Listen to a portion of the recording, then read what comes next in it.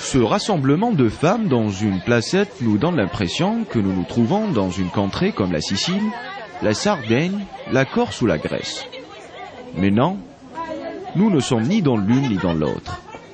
Nous sommes bien en Kabylie dans un souk de femmes à Taourir, à quelques kilomètres de l'Arba' Nathirathem.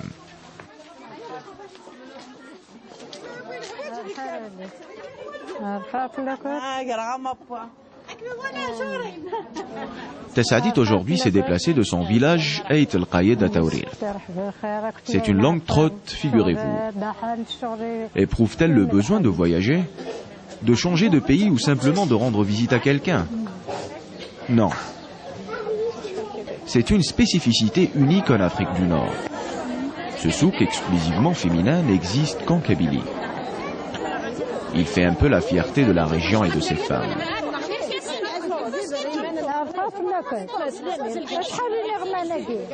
Dans ce souk où tout se vend, tout s'achète, tout s'échange, Tessadit n'éprouve aucune gêne à côtoyer d'autres femmes, même si elle y est étrangère. Observez-la. Elle se comporte comme si elle était chez elle à Ait el-Qayed. La cinquantaine de kilomètres qui la séparent de son village natal ne lui complique aucunement la vie.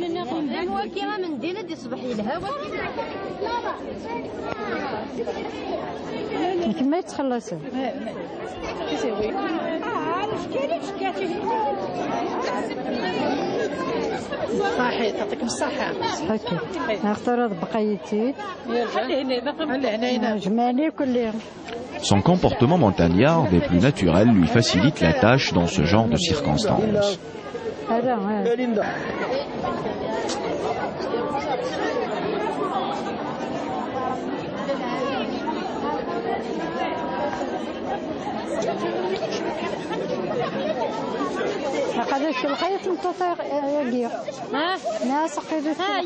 Aujourd'hui, la femme kabyle a une plus grande liberté.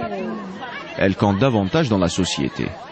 Elle se rend au marché pour faire les provisions de la maison, pour vendre, pour acheter, pour s'informer. Elle jouit d'une entière liberté de mœurs.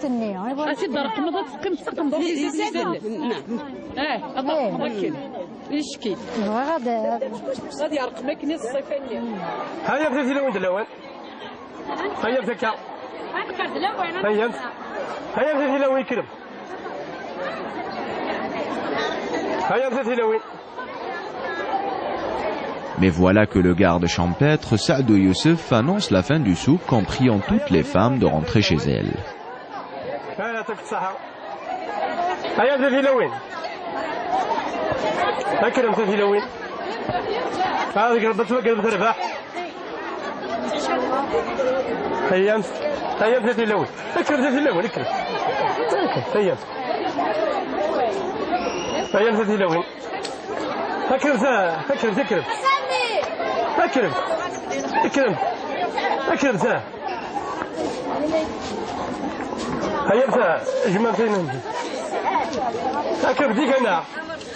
On range tout, on s'apprête à rentrer. Dans quelques instants, la placette va redevenir ce qu'elle était avant, c'est-à-dire une placette ordinaire qui appartient à tous, hommes, femmes et enfants.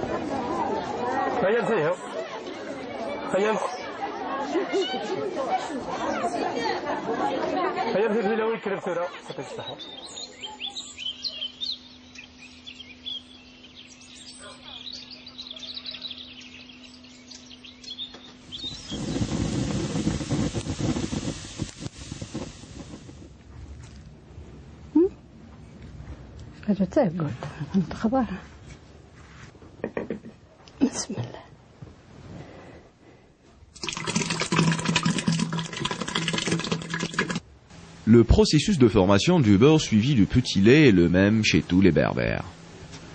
La seule différence qui existe entre eux est par quels moyens les obtiennent-on.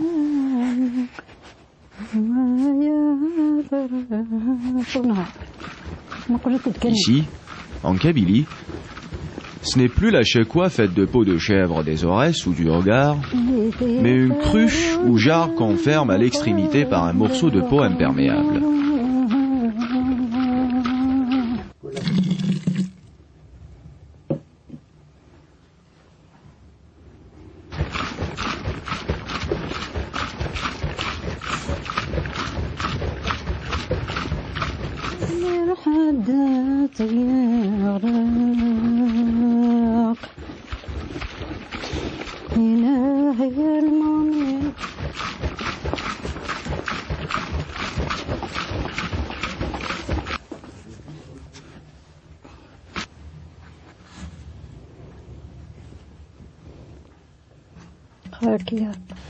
Cette fonction féminine, comme avec la mathana ou le tagine pour la galette près d'une cheminée ou d'un canoun comme ici, attire souvent les petits-enfants.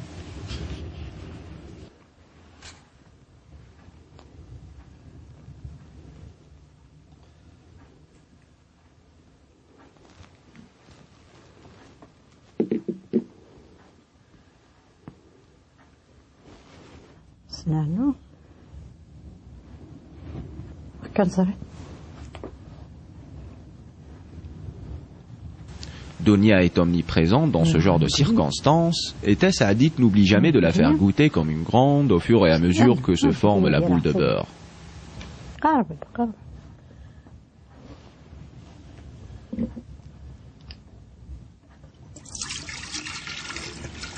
Enfin, après avoir terminé sa tâche, Tess Hadid essuie sa cruche avant de ranger le tout. Quant au petit lait versé à part, il fera la joie de toute la famille.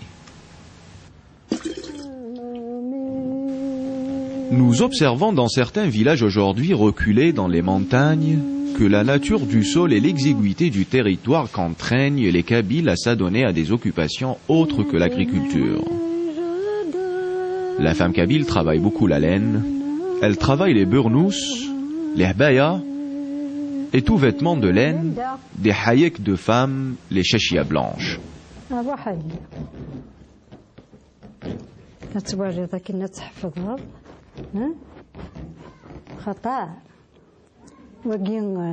Elle maintiendra le tissage longtemps grâce au port des burnous et à la confection des couvertures encore fort appréciées des Kabyles. Cette fonction est exclusivement féminine. Ce qu'entreprend Tess Hadid aujourd'hui, notre réalisateur l'a déjà observé et filmé dans les Aurès et Hogar, où la femme berbère est toujours accompagnée de sa fille. Cette dernière apprend les faits et gestes de sa mère, la dextérité de ses mains et doigts.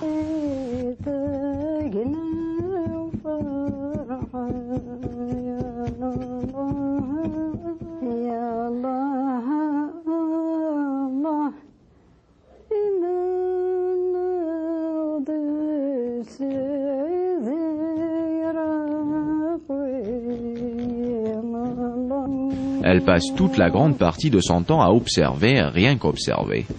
Le transfert de ce savoir à toutes les jeunes filles s'avère indispensable.